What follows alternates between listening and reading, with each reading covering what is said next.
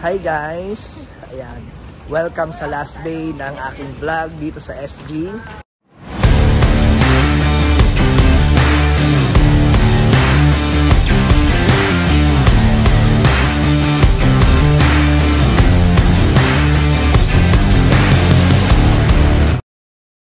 Check out na kami. And good news. Guys, kaway naman kayo. Yun, nagkita-kita kami. Nagkita-kita kami ng AGI leaders na saan ang lakad nyo ngayong araw, sir? Universal Studio Apply. Grabe, no? Parang kung iisipin, no? Parang San Mateo ng position dati, no? Tapos may kasama pang 3 leaders, oh. So, Universal Studio. Excited! Kailan tawid yun ng Malaysia? Sa mamaya din, ay bukas ako. Oh, Malaysia. Grabe, napaka-solid ng experience. Actually, ang dami kong plano na gawing content. Kaso hindi talaga kami nagkita-kita na napaka-hectic ng schedule. Kaya nagkita-kita kami. Tapos marami pa kami pupuntahan ngayong araw. Magkaibang lakad na lang. First destination namin ngayon, dito sa Marina San Bay Sand ba ito? Marina San Bay ba? Basta Marina. So, tingnan nyo naman ang lugar. Napaka-sosyal. And recently, kung hindi ako nagkakamali, according kay Mami, so si Ann Curtis, Catriona Gray, Art Evangelista, sila yung nag-opening nitong Christmas tree. Sponsored by Dior. You know? Sila yung nag-opening nito. Sila yung nag-opening nun. And at the same time, syempre, Christmas season. Hindi na ako nag-vlog kagabi. Gawa ng, alam mo yung sobrang dami na namin ginawa sa Universal Studio. Parang feeling ko solve na yung kahapon. So, pumunta kami dito kagabi. Ayan. Take a look. So, isa to sa mga pinaka ang landmark ng Singapore. We have Ralph Lauren. Yeah. We have Ralph Lauren na buong buhay ko akala ko Ralph Lauren. Alam mo dati? Ralph Lauren. Diba? It's Ralph Lauren, right? Yeah. So, dito naman yung yung mga sikat na lugar. LB. Para may idea kayo sa Marina Bay Sands. Sa takpan lang. So, and isa pa sa mga landmark na pupuntahan namin dito, of course, is yung Merlion nga. Kumbaga, according to travelers, hindi daw kumpleto yung punta mo ng SG pag hindi ka nakapunta sa area na to. So, pinuntahan talaga namin. Ayan, oh. Pinuntahan namin para wala nang masabing hindi napuntahan. Napuntahan na. So, tingnan mo naman yung gaano kaganda yung first world country. Parang siya lang. So, napakaganda. And ini-imagine ko kung what if ganito na din sa Pilipinas? What if ganito na din sa Metro Manila? Sa mga probinsya? Kasi para may idea kayo, may minute pala ako dito na isa sa mga rising star natin. International rising star natin, si Trixie. Hi Trixie. Ayan, oh. Minute ko siya nung first night namin dito sa SG. Nagkita-kita kami sa may garden by the bay. And sabi niya, kahit bundok ng SG, parang ganito pa rin ang itsura. So ganun kalupit. And try to imagine, what if sa Pilipinas gano'n na? Ultimong mga probinsya, ganito na yung itsura. Di ba nakakabaliw? Ayan. So mamaya, pag malapit na tayo dun sa Merlion, papakita ko ulit. Good news, tinamad na po kami pumunta doon kasi wala naman yung Merlion, no? Under construction. So binigyan kami ng dahilan ng SG para bumalik na lang dito. Binigyan kami ng dahilan para bumalik na lang dito kasi parang sayang naman na pupunta kami doon and maglalakad ng napakahabang lakaran naman. Pero wala naman kaming dadatnan. So siguro hanap kami ibang place para makapagpa-picture kami sa marina ng daytime. Imbitahan tayo. What's your name? Liha. Ray, thank you, Ray. So Ray give us the chance to enter Ralph Lauren. Yeah, Ralph Lauren. So just before we start, can I get you guys to scan this QR code? Sure. If you just want to record the sheet, yes. Scan it. Elevator pala. We're moving actually. Stick, no? Elevator tapos screen. We're actually moving? No. Welcome to Ralph Lauren. Welcome to the Olfactive Bar. Here you can learn a bit more about the different things Ralph Lauren is promoting right now. I'll just set them up on each screen for you. Give the screens a moment to detect the bottles and then press the button that appears to you. Here, you can come over here, yes. Press the button. This table is interactive. Oh, down there, the enter button, bottom Enter. right. Eau de parfum, and elixir. Eau de parfum, that's how you're Oh, di parpam pala. Yeah. So you can actually tap the different bubbles and you can read more about each individual ingredient and how it helps the aroma. Smells good. Very good. Here's parfum. Lavandin. The eau de parfum is nice for day, a casual day, and the parfum is nice for night. Oh. And then it's here, all day. So the elixir is actually the highest concentration, should last about 16 hours. Here's the elixir. The elixir should last about 16 hours. Welcome to our fashion walkway.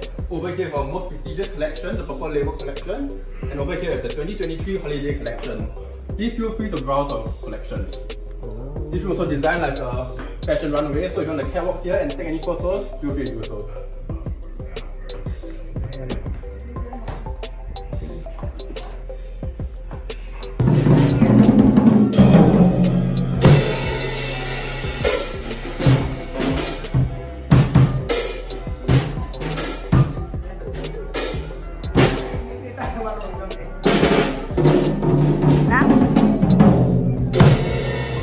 Andito na yung photo.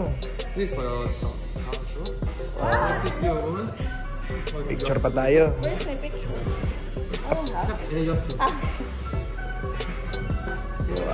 Any chance do you receive? Oh. So this is the elixir sample, Okay. 2 ml sample, and then you have the eau de parfum sample. Oh. So the sample looks like this. It's a small bottle. You put inside your purse, your handbag, and use it anytime for a quick refresh. Wow. Any chance you rest? Yes. What's this? So we receive elixir sample and eau de parfum sample. So elixir, right, comes with 2 ml. It's a bit more intense, so you just need 1 or 2 puffs. Oh, Yeah, so it's very small. How the sample looks like this. You put inside your bag, your pocket. this is for nighttime. No. Best for outside. night. For gay lang. Yeah, For gay. I'll prefer this for more nighttime because they're a bit more light. Live. Alright. Yeah, it's stronger. Alright. Yeah. So, pabalik na naman kami dun sa kabilang area. Pero gusto kong i-share sa inyo yung view na meron tayo ngayon.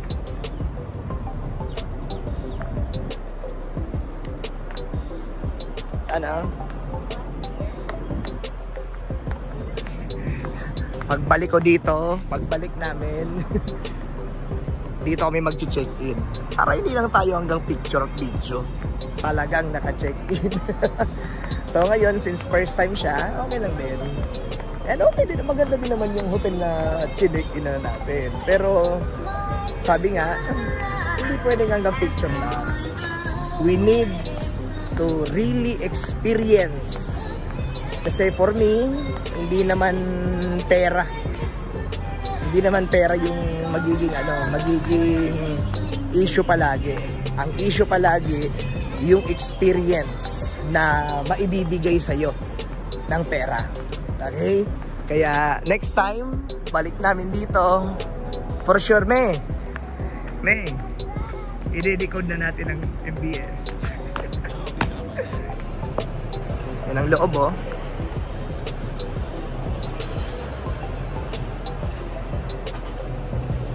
Para makita niyo ang loob. Yan o, mga units yan. I don't know kung condo ba yan or hotel. Malaki. And ano yung isa sa mga pinaka-surprising? Guys, yung mga bulaklak dito. Poinset siya. Tama, poinsettia, me. Poinsettia, hindi siya plastic. Literal, mga totoong bulaklak po ito. Even itong mga maliliit na parang pine trees na to, mga totoong bulaklak po yan. As in, mga totoong bulaklak yan. So, ganun katindi, ganun kaganda. And, you know. Kaya yun ang goal. So, pagbalik namin dito, sisiguraduhin namin na dito dapat kami naka-check-in. Para at least, tulad nga ng sinabi namin sa inyo kanina, experience ang laging habol namin. Yan o. Maganda namang bulaklak mo. Why are you crying? Why are you crying, ate? No. Why are you crying? No. Daddy shouting to daddy na, oh. Mercedes-Benz. Ibang level ang Grab dito. Ibang level ang Grab. Can I sit here? Good. Alright. Okay, Okay,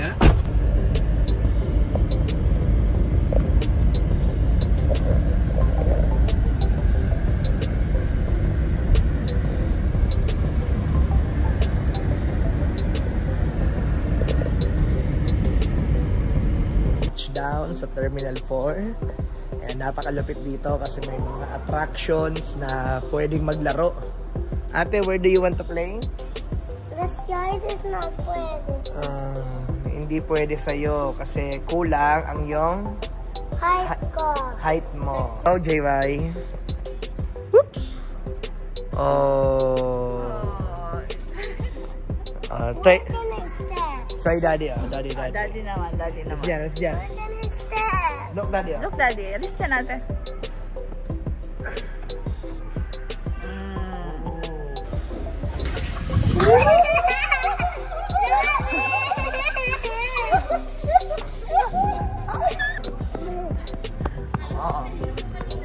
Wow.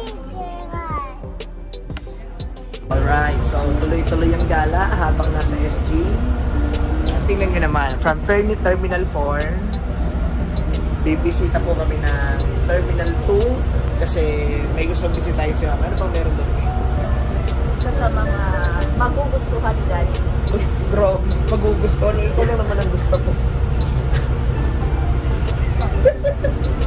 So, papunta kami ngayon sa Terminal 2 kasi meron daw siyang ipapakita na one of the best and amazing attraction of Changi Airport.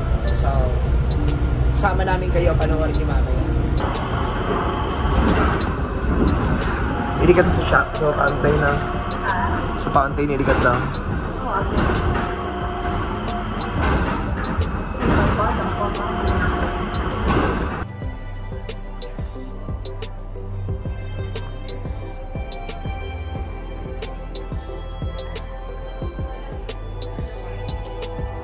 Touchdown Terminal 2.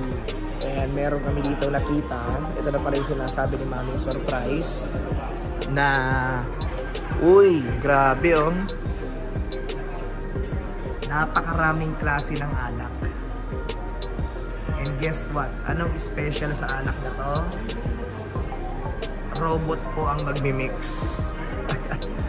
Robot. Kailangan mo lang mag-download ng application na to. Okay, application na to. Ayan, kami nakapag-download na. Go, me. Get your drink. Yun, no? Then? Blue, grabe, mamimili na lang, oh. Lotte Singa. Singa Sling. Cherry Lime, Margarita, Blue Lagoon, Pineapple Vodka, Strawberry Are there Margarita. more? Or this is the more? This one. Which is the strongest Stronger. of them all? You can try for the Singapore Slim or the Brandy. Oh, tig-isa tayo. Okay. Alin sa'yo? Which one is this one? Oh, sa'yo lang. Yeah.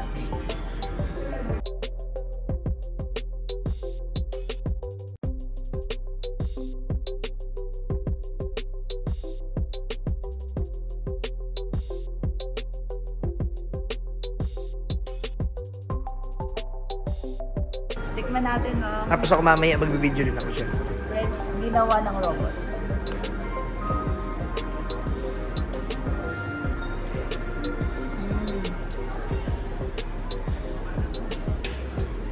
Tingnan din ako.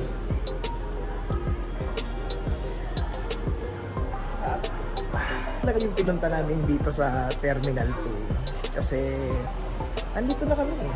Diba? Andito ka na, kumbaga, andito ka na sa Singapore, andito ka na sa Singapore Airport. So, muna yung pwedeng i-maximize, then maximize. Diba? Actually, marami pa tayo. Diba? Marami pang hindi nagawa kasi very limited ang time, pero ganun talaga kami.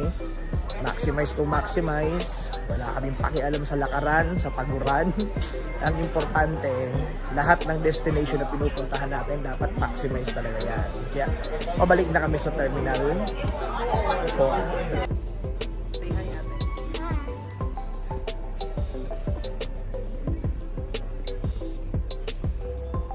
For the very last experience na susubukan natin dito sa SG Changi Airport ay itong isa sa mga siguro pinakasikat na kape ko dito, kasi alam mo yung tipong pag dumaan ka pa lang parang Starbucks sa Pinas, iba yung amoy at aroma ng kape. So sabi ni Mami, since gusto namin magkape, so subukan na natin to, diba? Subukan na natin to para malaman natin gaano nga ba talaga kasarap. So tingnan nyo naman tong place, ikot ko muna kayo.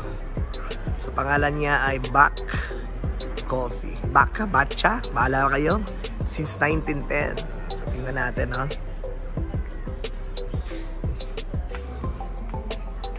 Napakabango ng amoy dito, guys. Alam mo yung mahilig ka sa kape, ma-appreciate mo talaga. Ikotin muna natin anong meron dito. Yan, oh. What's happening? Ano, bibili ka ba ng kape? Oo. Ano bang napili mo kape? May ano pa. Hingi tayo ng recommendation. How does it taste? Here's your Mount Everest coffee hot with vanilla cream and raw sugar sticks. So you may add into your coffee if you need. Ice cream. Yes. Wow. Is this one of the best? Actually, it's the best sour It's the best. for the medium strong coffee because it's not sour. It's not sour. Okay, is there a sour coffee? It's a chocolatey and earthy. Oh. Yeah, from the highest mountain in the world, Mount Everest. Wow. From the highest mountain in the world. Wow. Very exciting. Hope you like it. Yes, of course. I will like it. So the total will Okay. be $12. Would you like cash? Yeah, there you go. What do you mean by that? Rwanda, Peru, Oh, all these are the original coffee from that particular country. Oh. Yeah, so this one is the coffee from Nepal, Mount Everest. Okay, Yeah. do you have coffee from the Philippines? Philippines for now we don't have yet, so sorry. No. Coffee in the Philippines is Yeah, one of the maybe- finest. I understand. Coffee. Yeah, but our boss not yet been there. So, Alright. So grabe oh, may Ethiopia, You want the Iran, receipt? Costa Rica, Nepal. Enjoy. So from different part of the world. So but we choose Nepal. Thank you. Thank you. And Mamaya mag-taste test tayo. later have another. So malaman natin yan, mamaya balikan natin kayo. Let's go!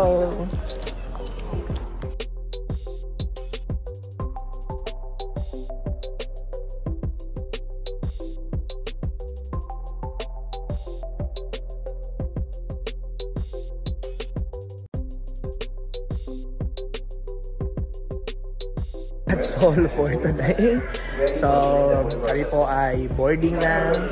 Maraming salamat sa lahat ng nanood ng vlog na to.